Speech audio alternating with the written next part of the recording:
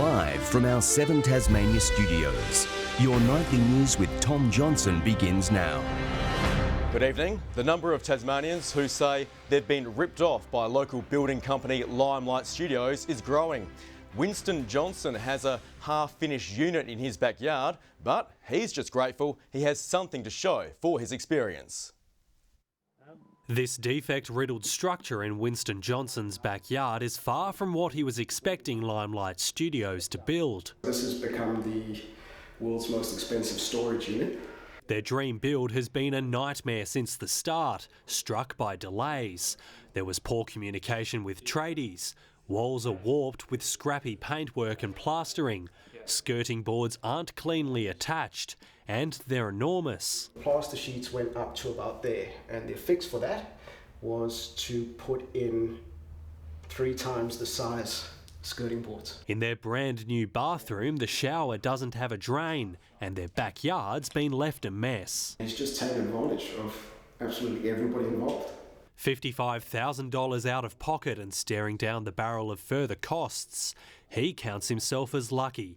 Unlike many others, he has something to show because his unit was built on site. Had it been the other way, and had we been in the position other people had been in, it would definitely have crippled us. Winston is one of a growing number of Limelight Studios clients searching for answers. I heard from them on more than one occasion that they had signed 30 plus people into contracts in August. The owner of Limelight Studios, Daniel Bradshaw, didn't respond to requests for comment today. We're really committed to bringing in the home warranty scheme back here in Tasmania. We hope for bipartisan support when we bring it to Parliament. That there needs to be stronger regulation around the building industry and better protections for consumers, for people who are trying to build homes. Josh Duggan, 7 Tasmania News. Hobart Supreme Court was evacuated today after a smoke alarm was activated. Fire crews responded to the incident at Salamanca Place around 1 p.m. Thermal imaging cameras were deployed to monitor the source of the smoke and heat. Electricians remained on site this afternoon investigating the cause. Tasmanian authorities are sounding the alarm on a rise in arson attacks across the state. Crime Stoppers says it's making it easier to report acts of arson, with police and fire services banding together to beat firebugs. A united front against a common enemy. Tasmanian authorities cracking down on a spike in arson. It's very frustrating for the Tasmanian Fire Service and its personnel when we know that these fires have been deliberately lit. There were close to 500 arsons across the state in 2022, the highest number in 5 years. Southern Tasmania saw the largest increase, with 287 blazes recorded. Whether you're setting someone's home on fire, whether it's stealing a vehicle and setting that on fire too, that can have devastating consequences for those individuals. TFS investigators are rolling out new high-tech tools to help with their inquiries. We've now got a lot of technology out there, so we'll be using hidden cameras and other technology that we will place strategically in the landscape. But authorities say eyes and ears on the ground are still needed to stamp out the problem. If some of these idiots are uploading footage of themselves committing these kind of crimes on social media, you can have the opportunity to upload that directly to the Crime Stoppers portal. The service promises anonymity and an easy process. You can just sit on the internet, go onto the website and submit a report or a tip in the comfort of your own home. Hoping to pour cold water on a burning problem. Annie Green, 7 Tasmania News. Metro Tasmania says while bus cancellations are still plaguing the service, Tasmanians can expect a reprieve in mid-March. The state opposition says long-standing issues around retention of bus drivers need to be addressed. They need to start addressing those issues so that we can have a public transport system that Tasmanians can rely on. Metro has delivered 95% of services during the recent period of disruption. A man has died at a music festival in the state's northeast. It happened at a festival called Panama at Golconda near Lilydale. Police say the death had no suspicious circumstances. A report will be prepared for the coroner. Meanwhile, police are investigating what's estimated to be $1.5 million worth of damage to a transformer at a Beaconsfield gold processing plant overnight. Officers say a stolen front-end loader was used to enter the business in an attempt to steal copper. Anyone with information is urged to contact Crime Stoppers. A Hobart-born charity which made its way across Australia is commemorating 100 years of service. Legacy has been supporting those whose loved ones were injured or killed in war. Organisers are committed to the long road ahead. It's a tale of true Australian mateship. A soldier who knew he was going to die in a trench in the First World War. He said to his cobber, "Look after the missus and kids," and that's become what we do. And what they've been doing for 100 years. His legacy actually started in Hobart. There was a general, Sir John Gellibrand, who after the First World War decided that we should be doing more. A special centenary service today held in Hobart for those bonded by devastation. They're part of the forgotten story of war. War and conflict leave a lot of families devastated, and Legacy's role is there to provide the spiritual and social and economic support. The grevillea unveiled as the official Legacy flame, its orange flowers signifying the service and sacrifice of Tasmanian and Australian veterans. For every plant sold over the next 20 years, there'll be an 80 cents royalty will come back to Legacy, and that's going to assist us to fund our work. Every family gets a Legacy carer, but we do a lot of other things. We have a 9 to 4 helpline every day. We run functions for our families. The charity is currently supporting more than 650 families in the state's south. Its work far from over, with around 18,000 veterans on Tasmania's books.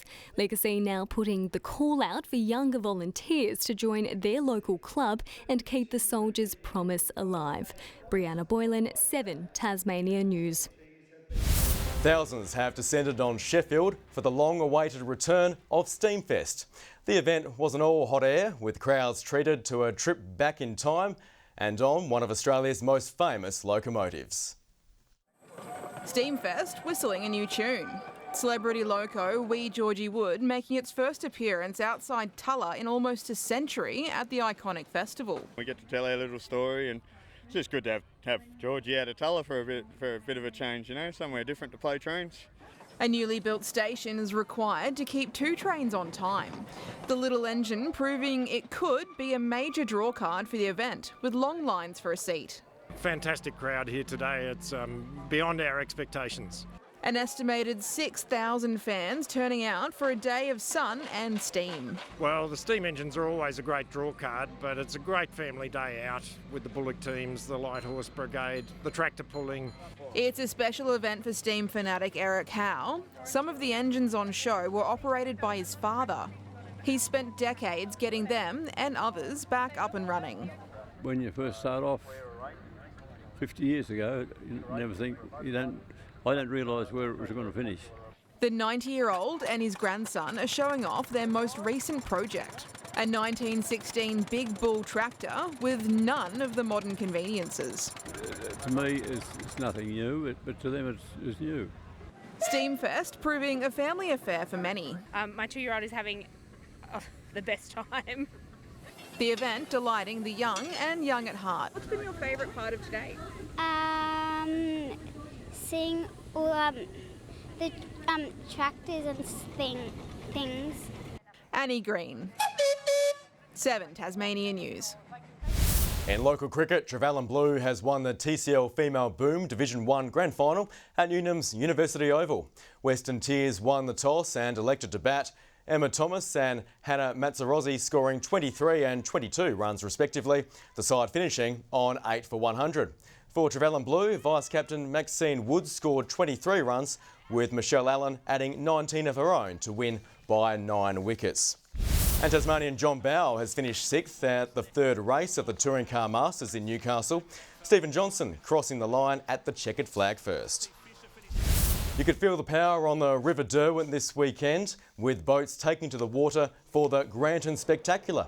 The annual event drew a large crowd, with spectators taking in some of the fastest and loudest boats on water. And those boats are travelling at well over 100 kilometres per hour. Good evening. Launceston was the state's top at 24 today. Hobart reached 16, 21 for Devonport, Burnie 23. 22 the top for Friendly Beaches. St Helens and Low Head both reached 21, 19 for King and Flinders Island, 15 the top for Liaweenie and Strawn. Some low-level cloud for most of the west and south today, developing over the east and northeast later in the day, a mostly clear afternoon elsewhere. Further out, clear skies for central and western parts of the country with some cloud and thunderstorms over the eastern states and plenty of low-level cloud over the waters to the west of Tasmania. A high-pressure system will move into the Tasman Sea tomorrow morning before extending to a ridge over Tasmania, Victoria and South Australia, and more troughs will remain over other parts of the country. Variable winds of up to 15 knots, tending to a more easterly 10 to 20 knots through Bass Strait. Partly cloudy and 23 in Hobart tomorrow. Dover cloudy and 22, 24 the top for Ooze. Launceston cloudy and 22. Devonport 20, partly cloudy and 21 for Scottsdale. Burnie a shower or two and 19 tomorrow. A shower or two developing in Strawn and a possible morning shower for Stanley reaching 20. Partly cloudy for the east coast. St Helens 21, 24 in Swansea. Partly cloudy also for Ross with a top of 22. And tomorrow's UV will remain at a high 7. Light showers for the west, northwest and the northeast on Tuesday, fine elsewhere. Wednesday, a few light showers for the west before extending over the north later in the evening. And more showers on Thursday, contracting to the west and far south during the afternoon. Mostly sunny for Perth, Adelaide and Melbourne tomorrow. Showers for Sydney and Brisbane, 34 the top for Cairns and Broome. Right now in Hobart it's 14, Launceston 21, Devonport mostly sunny and 19. That's all for the news for now. Kim Miller will be back in the chair tomorrow, but from the weekend team, it's good night.